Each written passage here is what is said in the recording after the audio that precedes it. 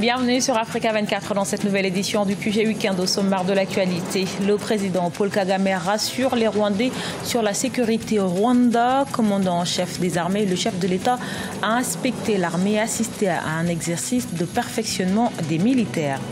Le forum sur la gouvernance Internet de l'Afrique centrale s'est clôturé ce vendredi 14 décembre à Brazzaville, au Congo.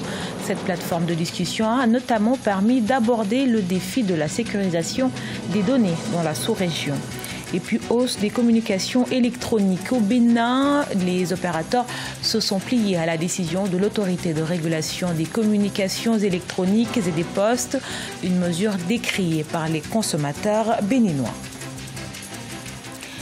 Mais tout d'abord, dans une semaine seront connues les conclusions sur les violences post-électorales au Zimbabwe. Le 1er août dernier, 6 personnes avaient été tuées et plusieurs blessées dans les affrontements à Harare, la capitale, avant la proclamation de l'élection contestée du président Emmerson Mnangagwa. Pouvoir et opposition se rejettent la responsabilité de ces violences. L'armée a aussi affirmé à la commission que les soldats n'avaient pas tiré contre les manifestants. À noter que le MDC, principal parti d'opposition, s'oppose au travail de cette commission qu'elle juge partiale.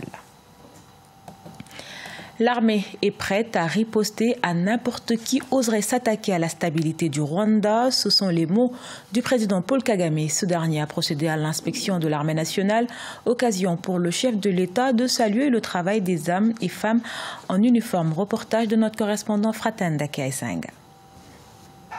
Le président rwandais et commandant en chef des armées a assisté ce 11 décembre 2018 à un exercice militaire d'entraînement sur terrain portant le nom de code Exercice Hardpunch 3 2018. L'exercice vise à perfectionner les exercices nécessaires à l'emploi, à l'hébergement, à l'occupation des postes, au mouvement des troupes et du matériel de division, ainsi qu'à la coopération de toutes les armées dans toutes les situations opérationnelles militaires.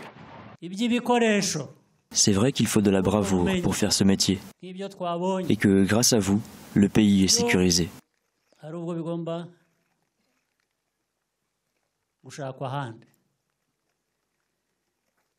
Mais il faut aussi une bonne formation et des équipements nécessaires pour mieux faire ce travail.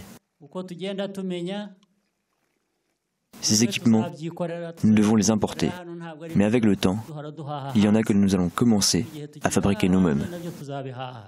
À l'occasion, le chef de l'État a félicité les hommes et les femmes en uniforme pour leur sacrifice, discipline et efficacité pour servir le pays. Il a rassuré les Rwandais de la sécurité totale dans le pays. Il nous faut toujours des exercices pour être efficaces dans notre profession et toujours être prêts à intervenir en cas de besoin.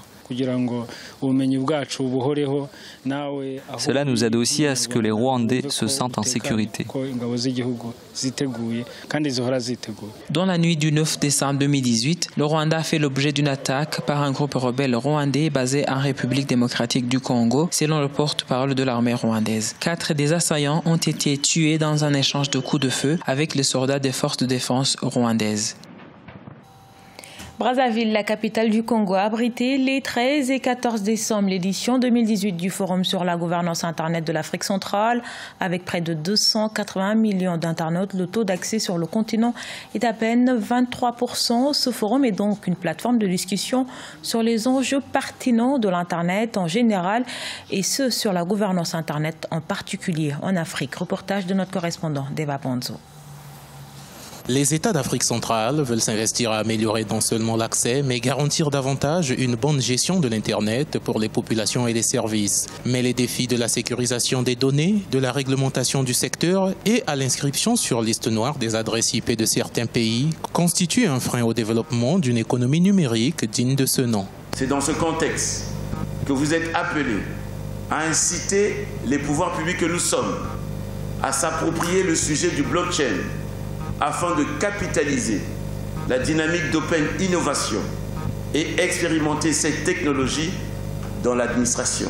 C'est pour proposer des stratégies communes afin d'optimiser au mieux les opportunités offertes par Internet que les experts de la sous-région se sont réunis du 13 au 14 décembre 2018. Objectif, tirer profit des avantages de développement autour de l'économie de la microtransaction et de partage de bases de données que présente le blockchain.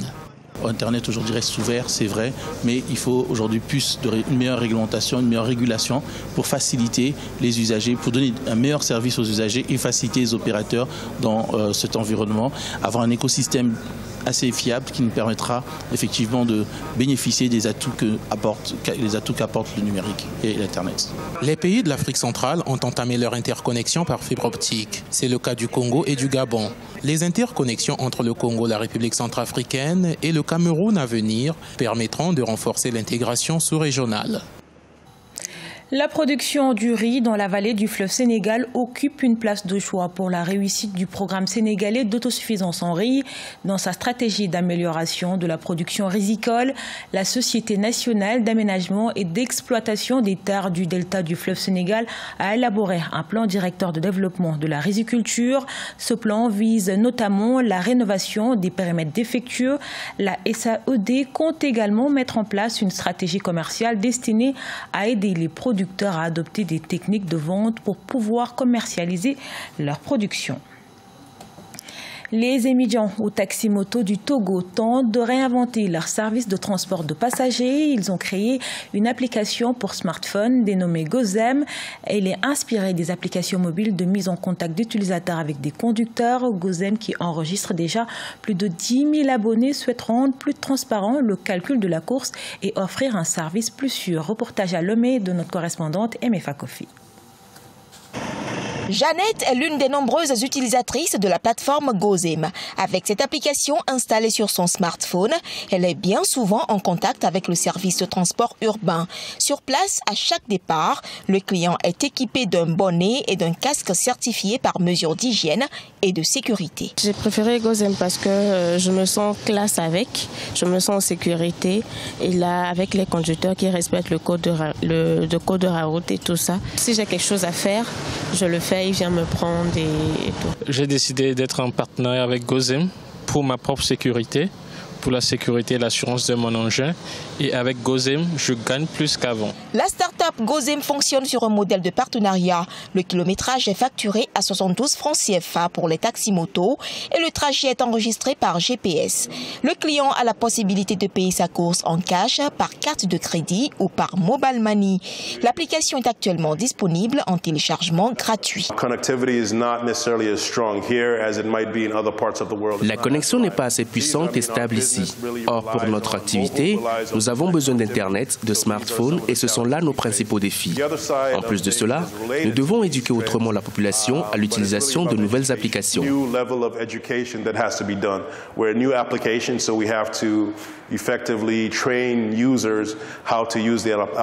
Lancé en novembre 2018, Gozem se veut simple, sûr et fiable. Ses conducteurs bénéficient d'une formation sur l'utilisation de l'application et le respect du code de la route. Le premier service digital de réservation de taxi-moto au Togo enregistre déjà plus de 10 000 abonnés, mais les utilisateurs réels sont encore peu nombreux. L'autre défi pour la start-up est de couvrir l'ensemble du territoire. Elle ambitionne à l'horizon 2019 mettre en circulation des véhicules Gozem. Et au Bénin voisin, téléphoner ou utiliser Internet coûte désormais plus cher. Les opérateurs de téléphonie mobile ont augmenté les tarifs depuis ce lundi 10 décembre en application de la décision de l'autorité de régulation des communications électroniques et des postes. Et comment les Béninois ont accueilli cette mesure? Élément de réponse avec notre correspondant Leftewuno. Les tarifs de communication et d'accès à l'Internet sont en hausse depuis le lundi 10 décembre 2018 au Bénin. Les opérateurs de téléphonie mobile se sont pliés à la décision de l'autorité de régulation des communications électroniques et de la poste datant du 19 novembre 2018. Cette décision recadre les tarifs et induit donc la nouvelle augmentation. Les populations dénoncent le retour de la taxe sur Internet décrétée par le gouvernement béninois. Il faudra réduire considérablement la communication pendant des jours afin de les obliger à revoir leurs copies. C'est vraiment déplorable. Trop, c'est trop. Les prix de la communication et des forfaits Internet ont été revus à la hausse au niveau des deux opérateurs mobiles MTN et Move. Chez MTN, par exemple, 100 francs CFA donne désormais droit à 3 minutes de communication et 3 mégaoctets contre 7 minutes et 7 mégaoctets auparavant. C'est vraiment dommage pour le Bénin. Le peuple qui vous a mandaté, le peuple qui vous a donné le pouvoir, le peuple dit « je ne veux pas ». Et vous, vous dites au peuple, vous êtes qui? Je dois foncer. Nous demandons l'annulation, purement et simplement, de la décision de la CEP. Pour rappel, le chef de l'État avait introduit il y a quelques mois une taxe sur les forfaits réseaux sociaux et sur Internet. Une mesure qui a suscité une levée de boucliers au Bénin. Les internautes ont lancé dans la foulée la campagne Tasse pas mes mots qui a abouti à l'annulation de cette taxe le 22 septembre 2018.